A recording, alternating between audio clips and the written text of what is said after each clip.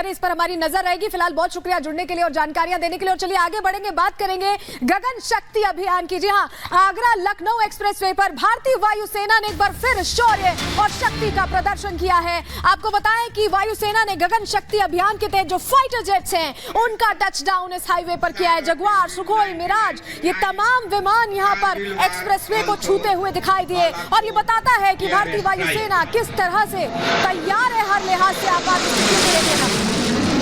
ये तस्वीर भी इस वक्त हम दिखा रहे हैं कि किस तरह से ये ताकत दिखाई है सेना के लड़ाकू विमानों ने आगरा लखनऊ एक्सप्रेसवे से। ये लाइव तस्वीरें इस वक्त आप देख रहे हैं जहां एक्सप्रेसवे पर एयरफोर्स का शौर्य आप देख पा रहे हैं। हालांकि इसके पहले भी ऐसी तस्वीर लखनऊ आगरा एक्सप्रेसवे पर देखने को मिली है। राघवेंद्र भी सलोनी इस वक्त हमारे साथ हैं। राघवेंद्र हमारे साथ जुड़े हुए। राघवेंद्र, बिल्कुल ये तस्वीरें आप करीब से देख पा रहे हैं, जरा दर्शकों को बताइए कैसा लगता है वहां पर मौजूद होते हुए। भारतीय वायुसेना का शौर्य हम पहले भी कई ऑपरेशंस में देख चुके हैं और अब तो तैयारी पूरी देख रहे हैं भविष्य के लिए भी। देखिए, ये भारतीय वायुसेना का ये जो करतब, अगर दुश्मनों तक अगर इसकी आवाज जाएगी ना तो उनके रूह कांप जाएंगे। जिस तरह के भारतीय वायुसेना का ये करतब है, शानदार तरीके से सुखोई आता है और यहाँ पर बहुत ही नजदीकी से जो एक्सप्रेसवे में जो रनवे बना है तो आपातकाल स्थिति में भारतीय वायुसेना उपयोग में लाएगी, उपयोग करेगी और किसी भी परिस्थिति से निपटने के लिए जो भारतीय वायुसेना जो तैयार रहती है। शानदार यहाँ पे दृश्य देखा गया जब सुखोई आता है और एकदम जमीन एकदम एक्सप्रेसवे को लगभग टच करता हुआ 1 मीटर की दूरी पर से और फिर से एक बार टेक ऑफ करके उसी आसमान की ओर निकल पड़ता है। तो कुल मिलाकर ये भारतीय वायुसेना अपने आप को दुरुस्त करने के लिए, अपने आप को अपडेट करने के लिए, अपने खुद के स्वयं के शक्ति परीक्षण करने के लिए इस तरह का कार्यक्रम करती रहती है। इसके पहले 2016 में भी हुआ है इसी एक्सप्रेसवे पर, इसी रनवे पर यहाँ पर जो आपातकालीन स्थिति में सेना ने अपने आप को तैयार किया था। 2017 में भी हुआ। अब लगभग 6 साल के अंतराल के बाद 2024 में भारतीय वायुसेना अपने आप को आंक रही है, अपनी ताकत को आंक। टीएमसी का मतलब तृणमूल कांग्रेस नहीं, टेरर, माफिया और करप्शन बन चुका है। और इस टेरर, माफिया और करप्शन के राज में, अर्थात टीएमसी के राज में, टीएमसी का मतलब क्या है? टेरर, माफिया और करप्शन के राज में आज यह कहना अतिशयोक्ति नहीं होगी कि बंगाल की कानून व्यवस्था हर रोज एक नए निचले स्तर को छूती है। और जिस प्रकार का भय का वातावरण आज पश्चिम बंगाल में, अर्थात रविंद्रनाथ टैगोर जी की भूमि में निर्माण हो चुका है, तो वहां पर यदि सेंट्रल एजेंसीज के हमारे जाबाज ऑफिसर्स ही सुरक्षित नहीं है तो वहां पर मां, मानुष और माटी सुरक्षित है क्या? यह बड़ा सवाल, यह चिन्ह आज निर्माण होता है, पैदा होता है। आज मैं आपके सामने संदेश खाली 2.0 की दास्तान लेकर आया हूं। Today we have witnessed through the images of the national media what can be described as nothing short of Sandesh Khali 2.0. You all would remember that day in January when ED officials, following the rule of law, following the constitution, reached West Bengal in order to take forward the investigations into the ration scam, which was basically denying ration to the poorest people of West Bengal and usurping it for the gains of TMC leaders like Shahjahan Sheikh. And you all remember the kind of attack that was launched on them, an attack that was sponsored, patronized and protected and organized by the TMC.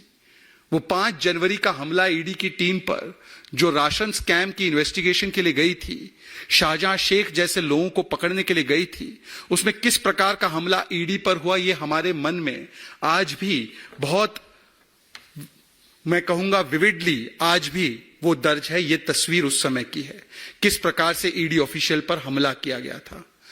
आज उसी की देखा देखी एक NIA की team जब भूपति नगर पश्चिम बंगाल के east Midnapur में 2022 के बॉम्ब ब्लास्ट के केस को इन्वेस्टिगेट करने के लिए पहुंचती है, जो कि एक टीएमसी के नेता के घर में हुआ था, जिसमें कि 3 लोग मारे गए थे, तब उसी प्रकार से जिस प्रकार से संदेश खाली 1.0 हुआ, संदेश खाली 2.0 करवा कर एनआईए टीम के ऊपर सुनियोजित ढंग से, ऑर्केस्ट्रेटेड और स्पॉन्सर्ड तरीके से state sponsored, state patronise, state protected, state organised हमला करवाया जाता है, ताकि जो जांच एनआईए करना चाहती है आतंक के विषय में, ब्लास्ट के विषय में, उस आतंक की इन्वेस्टिगेशन में रोड़ा अटकाया जा सके। ठीक उसी तरीके से जिस प्रकार से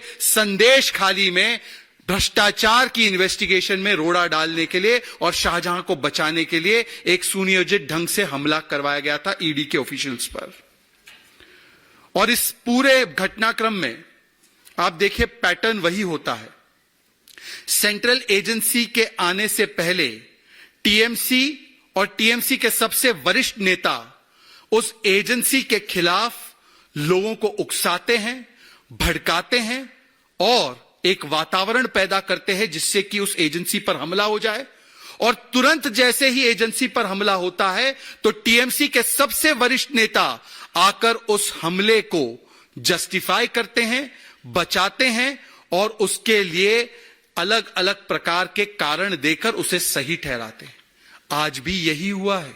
संदेश खाली 2.0 से पहले, अभी 2-3 दिन पहले ममता बनर्जी जी ने एक कूच बिहार में, मतभंगा में जब वो रैली एड्रेस कर रही थी, उन्होंने केंद्रीय एजेंसीज के खिलाफ और खास करके आतंक के मामलों में जांच करने वाली एनआईए के खिलाफ पहले तो भड़काने का, हिंसा को आमंत्रित करने वाला बयान दिया और आज जैसे ही एनआईए की टीम पर हमला होता है तो उसके बाद तुरंत तृणमूल कांग्रेस की सबसे बड़ी नेत्री ममता बनर्जी जी आकर उसे जस्टिफाई करती है और कहती हैं कि यह हमला होना बिल्कुल ठीक है और टाइमिंग और दूसरी चीजों पर सवाल उठाते हुए एक प्रकार।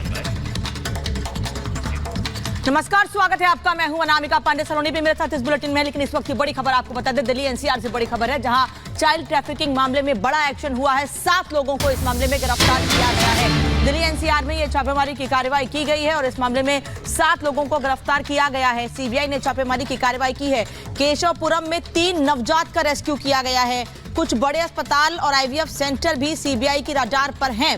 सीबीआई ने इस असिस्टेंट लैब कमिश्नर को भी यहां के हिरासत में लिया है और सीबीआई को असिस्टेंट लैब कमिश्नर पर भी इस पूरे मामले में, यानी चाइल्ड ट्रैफिकिंग मामले में शक है सलोनी, इसीलिए 7 लोगों को अरेस्ट किया गया है और उनको भी हिरासत में लिया गया है। और अभी भी छापेमारी की कार्रवाई चल रही है। दिल्ली एनसीआर में सीबीआई की तरफ से केशवपुरम में 3 नवजातों का रेस्क्यू किया गया है। बड़ी खबर आपको बता रहे हैं, चाइल्ड ट्रैफिकिंग मामले में एक्शन हुआ है। 7 लोगों को जहां गिरफ्तार किया गया है, वहीं 3 नवजातों का रेस्क्यू किया गया है। कुछ बड़े अस्पताल हैं, आईवीएफ सेंटर्स हैं जो रडार पर हैं। और साहिल इस वक्त हमारे साथ दिल्ली से जुड़ रहे हैं, उनका रुख करते हैं। साहिल, कहां पर छापेमारी की कार्रवाई की गई है और क्या और भी सेंटर्स निशाने पर हैं, केवल दिल्ली के या फिर एनसीआर के भी आसपास के? देखिए, चाइल्ड ट्रैफिकिंग मामले को लेकर सीबीआई ने दिल्ली के 7 से 8 लोकेशन पर छापेमारी की है। पहली लोकेशन केशवपुरम है, जहां से 3 नवजात बच्चों को रेस्क्यू किया गया। दूसरी लोकेशन रोहिणी है। तीसरी लोकेशन जो है पश्चिमपुरी एक इलाका बताया जाता है। चौथी लोकेशन जो है वो द्वारका। ऐसे 3 और लोकेशन है जहां पे देर शाम में दबिश दी। एक बार तस्वीरों के माध्यम से दिखाना चाहूंगा। इस वक्त मैं दूसरी लोकेशन पे मौजूद हूं, जहां पर सीबीआई की टीम ने कल शाम 7 बजे के आसपास इसी मकान के 4थे माले पर दबिश देती है, क्योंकि ये बताया जाता है इस 4थे माले पर इंदु नाम की महिला यहां पे रहती है अपने परिवार के साथ। इंदु वो महिला है जो कि केशवपुर इलाके में एक नवजात बच्चे के साथ जो थी रिकवर की गई थी सीबीआई की टीम द्वारा। उसके बाद केशवपुर इलाके में रेड की गई, जहां से 2 अन्य नवजात बच्चों को रिकवर किया गया। इस मामले में 7 लोगों को गिरफ्तारी हो चुकी है, जिसमें 2 महिलाएं शामिल हैं और साथ ही साथ 7 से 8 नवजात बच्चों को भी रिकवर किया जा चुका है। लेकिन कमिश्नर है जिनका नाम सामने आ रहा है, जिनको लेकर शक जाहिर किया गया है, वो हिरासत में भी हैं। क्या उनसे पूछताछ के बाद और जगहों पर कार्रवाई हो सकती है और किस तरह का इन्वॉल्वमेंट रहा है, इसको लेकर यहां सीबीआई बहुत गंभीर है? निश्चित तौर पे, क्योंकि जो हमारे सोर्सेज बता रहे हैं वो बताया जा रहा है कि सीबीआई का एक बड़ा नेक्सस पे काम कर रही है, क्योंकि असिस्टेंट कमिश्नर को हिरासत में लिया गया, उससे पूछताछ की जा रही है, क्योंकि कई बड़े जो हॉस्पिटल है दिल्ली के और आईवीएफ सेंटर जो है वो इस समय सीबीआई की रडार पे, और ये बताया जा रहा है कि पिछले महीने भी